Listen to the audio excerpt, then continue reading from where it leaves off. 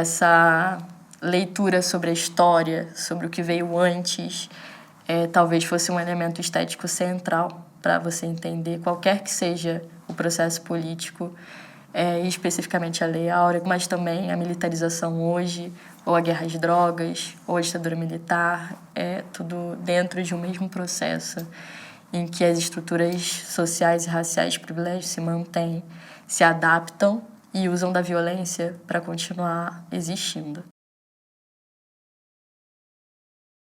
Eu passei boa parte da minha vida profissional trabalhando especificamente com política de drogas, isso é, pensando outras formas de construir a nossa relação com as drogas a partir das políticas públicas. Estou investigando possíveis dinâmicas de legalização e descriminalização que possam trazer mais benefícios do que a abordagem atual, que é proibicionista, bélica, militarizada, etc., para o combate de drogas e que é uma abordagem implementada globalmente. E a partir daí eu fui entrando no debate sobre segurança pública, mais especificamente entendendo que aqui no Rio de Janeiro, no Brasil de uma forma geral, na América Latina de uma forma geral, não dá para falar sobre política de drogas sem falar sobre guerra às drogas, ou seja, sem falar sobre violência. Violência como um instrumento de gestão de problemas sociais diversos. Foi a partir daí que eu comecei a me envolver mais especificamente com movimentos sociais de base, de favelas, que eu comecei a trabalhar para algumas organizações não governamentais que trabalhavam em favelas, sempre a partir desse recorte: política de drogas, violência, segurança pública, criminalização da pobreza, racismo. Quando a gente começou a criar movimentos, éramos 2 pesquisadoras e 15 jovens de favelas diferentes. A gente começou a pensar junto o que a gente poderia fazer dentro dessa área, mas sempre entendendo que o debate que acontecia sobre política de drogas no Brasil, ele acontecia dentro dos espaços urbanos e os espaços intelectuais, políticos, em que a juventude das periferias e favelas não estava representada. Então, era o debate feito por uma classe média e alta, branca, intelectualizada, formalmente, formada institucionalmente nas melhores universidades do país, etc., dentro das organizações não governamentais brancas, dos centros de pesquisa brancos, todos eles funcionando fora dos espaços que são, de fato, alvo das políticas de drogas militarizadas, que falavam em nome da juventude periférica, que falavam em nome das favelas, mas que não incluíam e não davam protagonismo a essas pessoas. Dando uma olhada, por exemplo, no que está acontecendo nos Estados Unidos. Esse é sempre um exemplo paradigmático, porque, de fato, é um lugar em que alguns processos de mudança mais efetivas na área de política de drogas já estão acontecendo. Então, você tem alguns estados nos Estados Unidos que, por exemplo, legalizaram todo o comércio de maconha. O processo de legalização da maconha, que foi feito a partir de um debate que já existia sobre encarceramento em massa, sobre o impacto da proibição nas populações vulneráveis e nos espaços marginalizados, que eram, sobretudo, ocupados pela população negra, latina, imigrante, etc., quando esse processo foi implementado, não foi levado em consideração essa perspectiva como eixo central. Então, você não vê, por exemplo, em alguns estados, uma diminuição no número de encarceramento, você não vê, especificamente do número de encarceramento de jovens negros e latinos, você não vê o dinheiro gerado por esse novo comércio legal circulando nos espaços, que eram os espaços criminalizados, em que havia toda a violência constituída para gerir a proibição. Você não vê esse dinheiro circulando nesse espaço. Então, quando a gente está falando do contexto brasileiro, por exemplo, a gente não pode falar só sobre legalização, por exemplo, da maconha ou de outras drogas. A gente tem que levar em consideração, por exemplo, como é que o dinheiro circula num espaço urbano, quais são as alternativas que se constroem para geração de renda nas favelas e periferias. Então, essa é uma coisa que o movimento leva em consideração. Sim, em um eventual cenário de legalização, para onde esse dinheiro iria? Hoje em dia, é a juventude negra e pobre que morre para garantir que uma parcela da população use drogas. Se, eventualmente, esse mercado for legalizado, esse dinheiro vai parar nas mãos de quem? Vai parar nas grandes empresas que vão ter suas sedes na Zona Sul, que vão ser geridas por jovens empresários brancos, de classe alta, são eles que vão ser os novos empreendedores da maconha, por exemplo. A polícia vai achar outras formas e outras narrativas para continuar matando essa mesma juventude nas periferias. Vai haver, de fato, o desencarceramento das muitas pessoas. Hoje em dia, são mais de 30% das pessoas encarceradas no Brasil estão encarceradas por crimes relacionados a drogas. De fato, a sociedade vai olhar para isso e vai entender que o fim da guerra às drogas implica em desencarcerar toda uma geração de jovens que está presa especificamente por conta disso.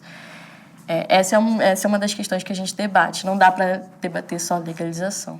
A gente tem um caso específico, que é o caso da Califórnia, que é um caso recente, mas que está em processo de construir a legalização do mercado da maconha, tendo como eixo central as reparações às populações que foram afetadas pela guerra às drogas, especificamente as populações negra e latina, o desencarceramento dessas pessoas e a prioridade que elas têm em entrar no mercado que está nascendo relacionado à maconha. Então, por exemplo, as pessoas negras que já tiveram alguma passagem pela polícia, especificamente por conta de comércio de maconha, em vez de elas serem proibidas de participar do novo mercado legalizado, como acontece em alguns estados americanos, entre eles o próprio Colorado, Washington, o estado de Washington, por aí vai, elas têm prioridade.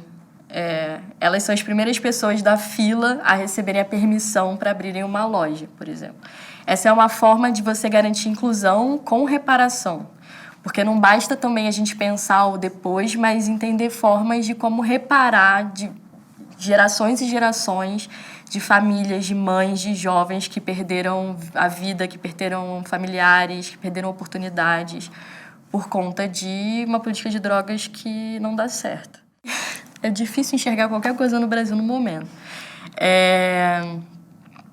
Eu acho que se a gente não lutar, isso nunca vai acontecer. E eu vejo isso porque eu vejo, inclusive, dentro de parte da militância que advoga pela legalização das drogas, essa omissão em colocar a inclusão, a participação e a reparação como condições para a legalização. É sempre entendido como depois. É uma lógica perversa que persiste desde a época, por exemplo, da abolição da escravidão, que primeiro a gente abole e depois a gente vê o que a gente faz com a massa de pessoas que vai ficar em situação de vulnerabilidade. Isso já foi falado, inclusive, em um debate pelo qual o movimento participou.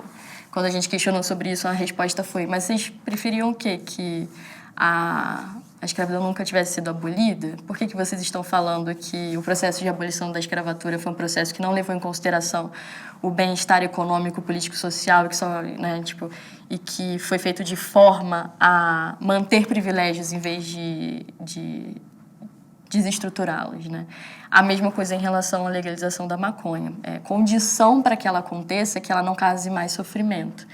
E é condição para que a gente tenha uma sociedade livre que ela aconteça dessa forma. Hoje em dia, o que a gente tem é a militarização da vida e do espaço urbano e da nossa experiência como pessoas que vivem na urbanidade, né? Que vivem numa cidade. A militarização perpassa todas as nossas relações sociais, todas as nossas relações na cidade e as relações que a gente constrói com a cidade. Em termos visuais, por exemplo, a forma como a gente está andando na rua e a gente vê cada vez mais aparatos de segurança pública militarizados fazendo a gestão do espaço urbano. O fato de que algumas partes dessa cidade veem isso de forma muito mais latente, intensa e violenta do que outras, né? A forma como a experiência que alguém tem relacionada à militarização também é diferente. Uma pessoa branca que está na Zona Sul e vê um tanque do Exército, existe o incômodo, né, da figura militarizada ali, mas o medo de que aquilo existe para te ameaçar, para ameaçar a sua vida, não está presente, como está presente, por exemplo, quando um morador de uma favela vê esse mesmo tanque entrando na rua em que mora. Então, a militarização, ela é uma militarização da experiência da vida urbana e ela é uma experiência distribuída desigualmente pela cidade.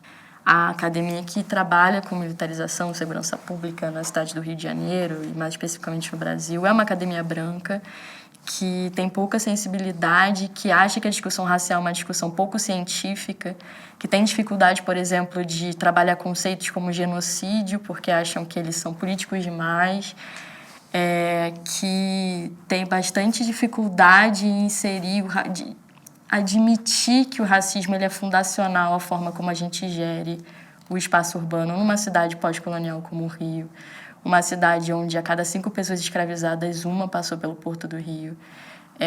Não tem como a gente falar sobre militarização sem falar sobre racismo como eixo central.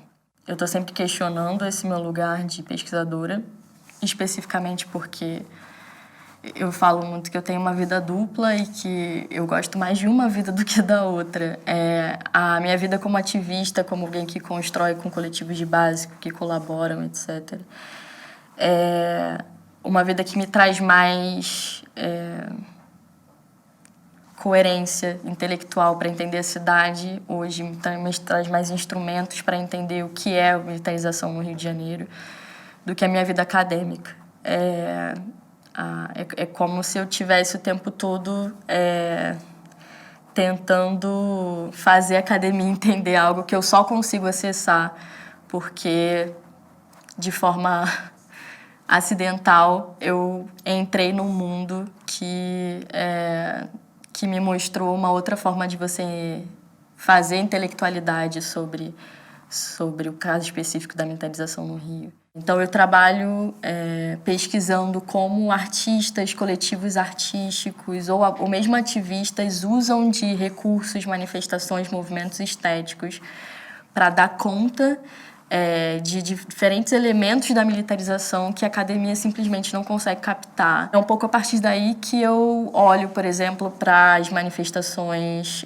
fotográficas, como eu olho para coletivos de favela que cobrem operações policiais, que tipos de disputas estéticas eles estão engajando para conseguir construir uma narrativa sobre militarização que o discurso oficial não dá conta. Olho para como, por exemplo, painéis pintados em homenagem às pessoas que são mortas pela polícia acabam construindo outras cartografias sobre a cidade que não são as cartografias oficiais e que mostram como que essa cartografia ela é alimentada pela violência racial, social e de gênero, que é espacialmente distribuída de forma desigual na cidade. Então, os murais que são feitos, por exemplo, tem um mural lindo e grande na Estrada do Itararé, que beira ali o Complexo Alemão, que tem a Marielle, que tem o Benjamin, de 2 anos, que foi morto 3 dias depois da Marielle, por uma operação policial que teve ali na estrada. Aquilo ali é uma forma de localizar dentro da cartografia da cidade onde, de fato, essas pessoas estão sendo mortas. Elas não estão sendo mortas no Leblon. Elas não estão sendo mortas nos espaços privilegiados da cidade. Quando elas estão sendo mortas nesses lugares, é quase como se fosse um acidente de percurso, porque, de fato, o que existe na cidade do Rio de Janeiro é uma cartografia da morte e da violência em que só uma parte da cidade é a parte que recebe a violência, né? que tem que lidar com a dor da morte. O contexto político hoje em relação às coisas com as quais eu trabalho é o pior possível, no sentido de que a gente vive em constante perspectiva de ameaça. E, especificamente em relação aos ativistas de favelas, acredito que eles estejam na ponta de lança daqueles que vão ser os primeiros a serem impactados por políticas de criminalização, perseguição, violência e morte, que é o que já está acontecendo. Eu acho que, no caso do pensamento crítico, existe, de fato, uma política grave de desmonte, de desestabilização do pensamento crítico no Brasil. Mas, ao mesmo tempo, a universidade é um espaço de privilégio e é um espaço que mantém privilégios e que tem mais capacidade, por exemplo, de se salvaguardar de determinados ataques à vida do que as organizações e coletivos de base, por exemplo. que tem que lutar contra isso desde sempre, que entra a ditadura militar, sai a ditadura militar, são eles que continuam sempre os primeiros alvos da violência de Estado. Eu acho que a melhor forma de a universidade, o pensamento crítico, o pensamento intelectual, produção cultural, artística, ser protegida, é ela se tornar popular. Quanto mais ela conseguir construir com a população, quanto mais ela se desconstruir enquanto espaço de privilégio branco, espaço de privilégio de classe, espaço de privilégio de gênero, maior é a probabilidade que ela consiga persistir como um espaço de pensamento crítico legítimo e genuíno.